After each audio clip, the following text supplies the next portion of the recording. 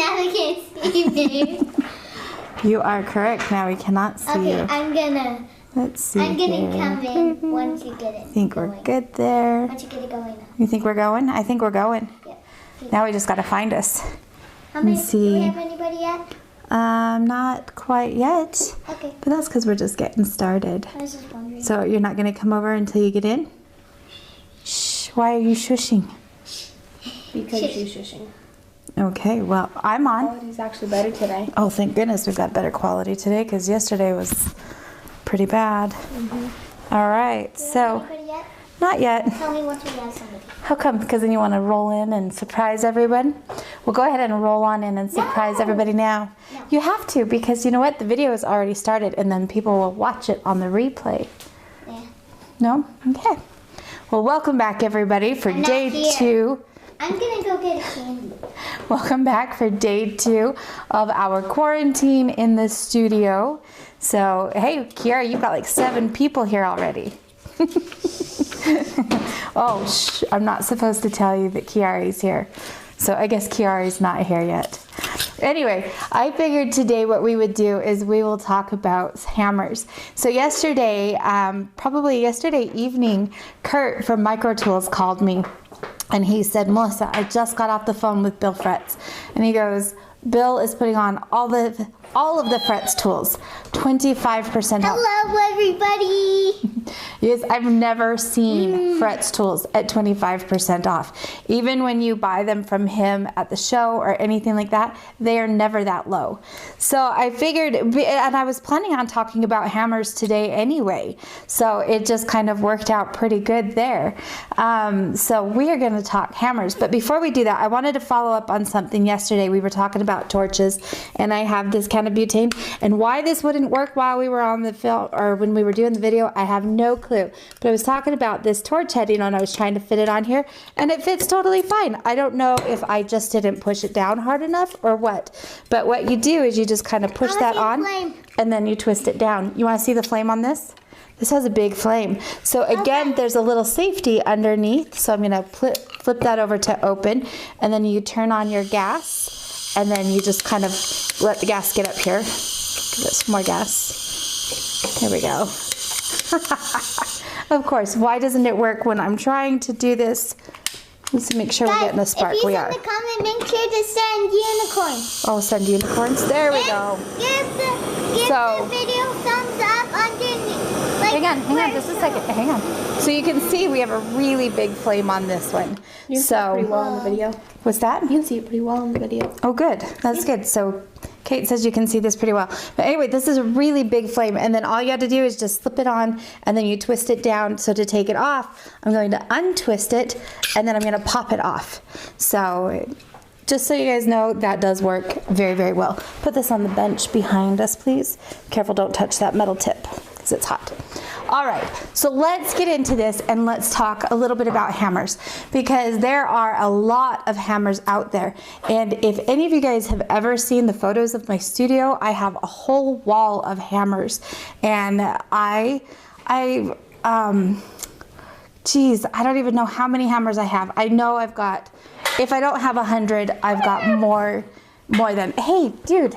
Okay, listen, the unicorn can't be in here if it's going to try to take over my videos. But it crashed into Yeah, but still. Okay. Okay. All right. Anyway, question came up from Yvonne. How hot does the torch get? All of the torches get the same hot. They get all of them are going to get up to about 2,500 degrees. The difference is the size of their flame. But because this one is so much of a bigger flame, it can hold your pieces, bigger pieces, at temperature like the little ones cannot. So the little ones, you know, they're only going to be able to hold the temperature on a piece that's really small. And that's where you get your solder to flow, is when you hold that temperature, especially if you're working with copper, silver, and brass, because they are so conductive with their heat. So you want to be able to have a flame that's large enough that's going to hold your piece at temperature so that that solder can flow. So it doesn't necessarily matter how hot the flame gets, but the size of it. Now, that's not always the case. Sometimes you want a really hot hot, tiny little flame. So if I'm working close to a stone, let's say, and I want to ball up an end of a wire, I want that tiny little hot flame, and I want to be able to get in, ball it up, and get right back out. So it's a good question, but in this case, the benefit of this torch is the fact that it's such a large one. Okay, we have an ADHD child here who cannot hold still to save her life. Let me tell you what it's been like trying to do homeschool. Oh my goodness. And we just learned yesterday the kids are not going back until the earliest in May.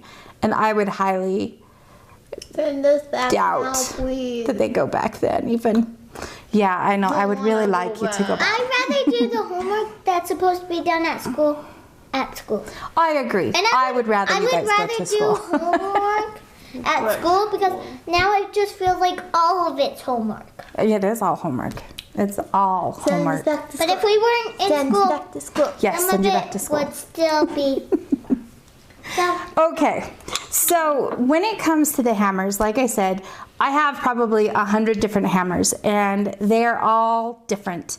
And so they have different jobs. Do you need all of them? Absolutely not. But I do a lot of hammers. I do like hammers. I like hammers a lot. You just like hammers, you love them. I do love them. So let's see. So Jason's Gem says, okay, my workshop is unheated, and the minute the Dremel torch has problems coping with the cold. Yes, the larger butane torches will kind of help with some of that. So definitely a larger flame is going to help better when you're in a colder environment. As you can see, I'm not in a garage studio.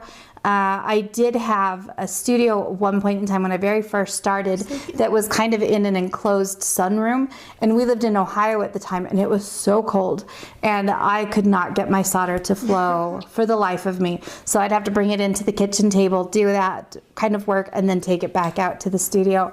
But yes, the temperature of your atmosphere is going to make a big difference as well. Make sure to give a thumbs up, like the thumbs up that's under the video. Under the video?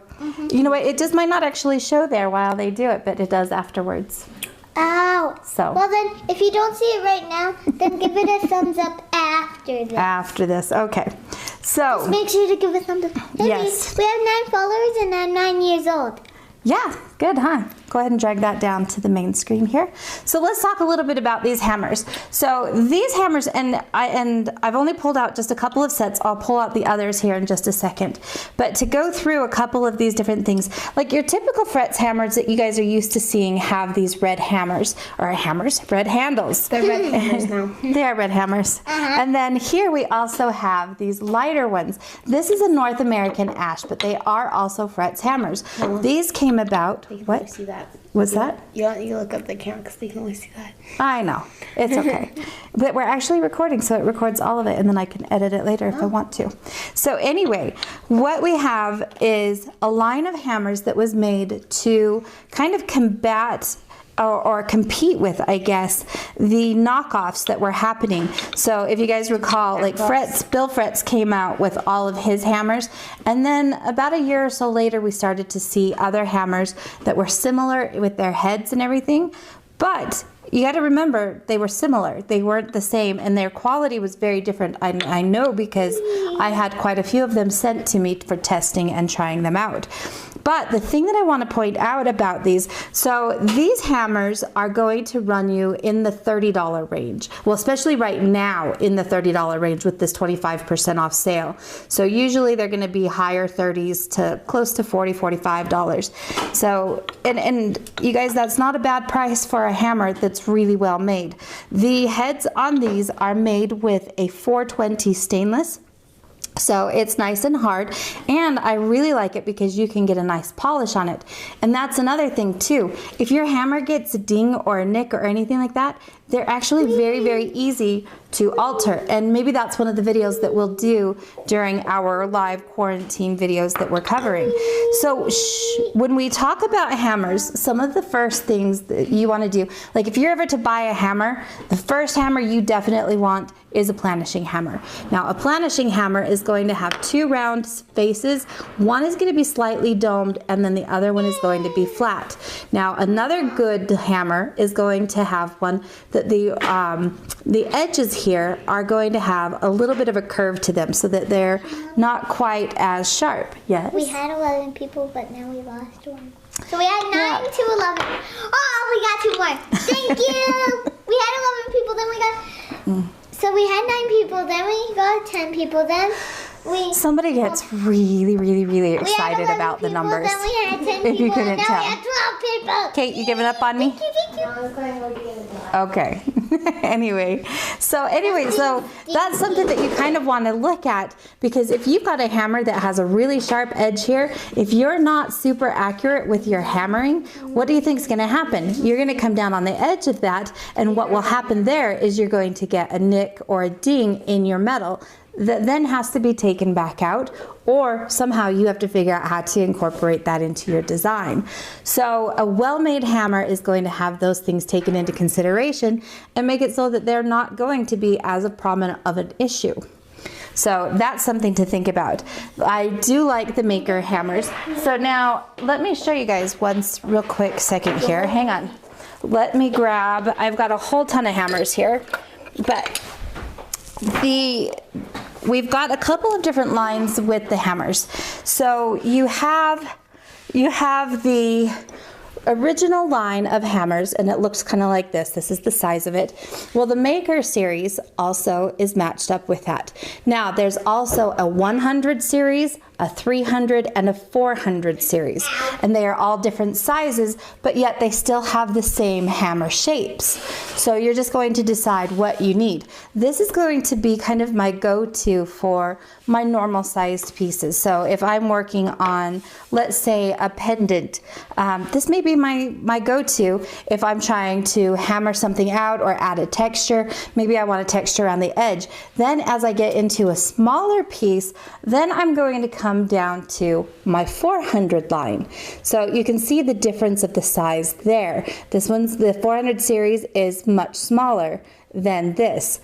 Okay. And you also have a 300 line, and like I said, the 100 line. The 300 line is what you're going to be using if you're doing the actual silversmithing. So making vessels and teapots and trays and things like that. And then the 100 series is a little bit larger than this one right here. And to give you kind of a size difference, here's a 100 series compared to my planishing hammer of just my, this is a hammer 1, this is a hammer 107. So you can again see the difference. And then the 300 series is going to be a little bit more squat. So I feel like it's a little shorter, but it's heftier. So it's got a bigger head up here. The handle is a little bit bigger. And again, it's made for different jobs. So that gives you kind of an idea of what you're looking at there.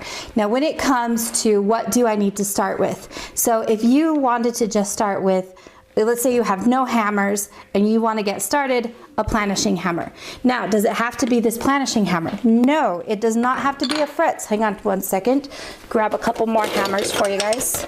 You want a gobstopper? What? You want a gobstopper? Nope, not right now. Thank you. Are you okay? Okay, so my original planishing hammers, I have a Petting House and a Picard. So these were my first 2 hammers that I bought when I decided I was going to make jewelry. And now she has a bunch. And now I have She a has bunch. like 30 times this. Oh, of course. 30 times? Probably a lot more than that. 50,000 times. Not quite that much. Hey, we got 50 somebody. Yay! I like, oh, Okay. we got somebody. Yay, It's we got okay. somebody. So anyway, so this is what I started with. In both cases, they're both planishing hammers. Why did I pick these? I don't know. I just picked planishing hammers that were in the $50 range because I figured they would be good hammers. Turned out, I lucked out. They really are good hammers. I use them quite a bit. So it doesn't matter whose planishing hammer you buy, but you want a good one. Now, things that you want to look for, like I told you, you don't want those sharp edges. You also do not want any hammer that is chrome plated. Now, a lot of times people will buy, hold on one second, and I don't have any of the little cheapy ones because I've never bought them. But so one of the things that people will do is they will buy a chasing hammer and use that as a planishing hammer because it comes with kind of that curved edge, or you can buy one that's flat and then it has the little ball peen here on the end. A chasing hammer is not a planishing hammer, and a lot of times the economy ones that you can get for like, I think you can find them for $12 to $15. Usually they are chrome plated. Now, chrome plated ones are going to be nasty. So anytime you have a chrome plated tool like a hammer or a bench block, and they do it because it's beautiful, it's so pretty. But what happens is as you use that tool, that chrome plating starts to flake and crack. And what do you think happens to your metal when you go to hammer on that with that kind of a texture? What do you think? It'll be like all scratchy. What will be scratchy?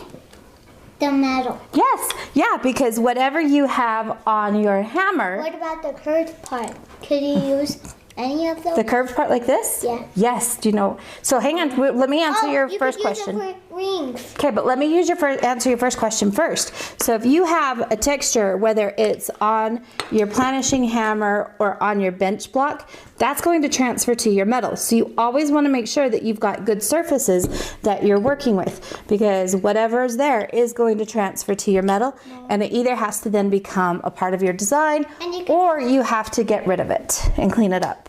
Out of all the hammers that I can find, you have at least 100 hammers. I'm sure I have about 100. Hey, Mommy, guess what? What? I think I know what the round part's for. Okay. I think it's like for design, or you could make a ring. Because Okay. then it could be curvy. What if you took like the piece of metal and you hammered it like right there and you just made a little ball? Yep. Okay, so let's look at this. Let's pull this over here real quick. Mommy. Why don't you switch the screen for me? Careful. Oh, you just pinched me. I'm sorry, dude. Okay, Wait. so let's say we take our hammer. Okay, yep, and you hammer onto this for me. Okay, what happened?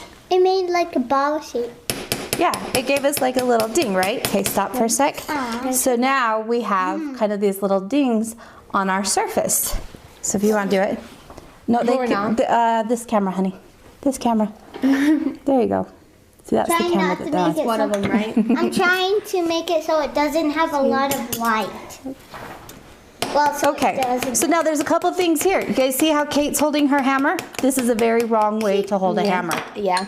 She's making Okay. really Still small holding ones. different. If you put your finger out here like this, I hope you like carpal tunnel, because that is what's going to happen if you're hammering like this. So a couple of things. I'm used to holding things like that. All right, so if you have a hammer like this and you hammer like this, okay, what's going to happen is you are stretching the ligaments here in your wrist a little differently, and it's not going to move well. Well, you guys see how this hammer is shaped? It's meant to be held right here in the palm of your hand, nice and sturdy. So then what you can do is you can let that hammer just kind of rock. Now I'm exaggerating here so you guys What can if kind it of could see it. fall? What do you mean Like fall? it could go. Oh, sometimes. out of your hand. Yeah, if you're not holding on to it right. But I don't want to have a lot of pressure. Like pull it out. Pull out the hammer. Was it very hard? Okay, see, you don't want to hold it so that it's very difficult. So when we use the ball peen on the hammer, we get that rounded dimple. Now, there are a couple different faces on hammers. So let's say we look at a hammer like this, where it has two flat ends, okay? And the flat ends are called a cross peen. Now, when you are working with a cross peen, your metal is going to stretch above and below that metal when it comes down and gets pinched. Whereas if I have a ball peen, it is going to stretch all the way around to the outside of that ball. Okay, so, okay, but you see how like your metal's all moving around? Yeah. Yep, because you got to hold it down. Okay, so what you can Wait, do could I then, try with this? yes, Which side? you can use whichever side you would I'll like. try this side first. Look, it makes Okay, here, let me show you guys this too. it makes like It makes like... It makes a line instead, huh? Yeah. Okay, so what's happening, and now if I do this here on the edge, here, watch out, Kate, if you do this here on the edge, guess what happens? It makes that really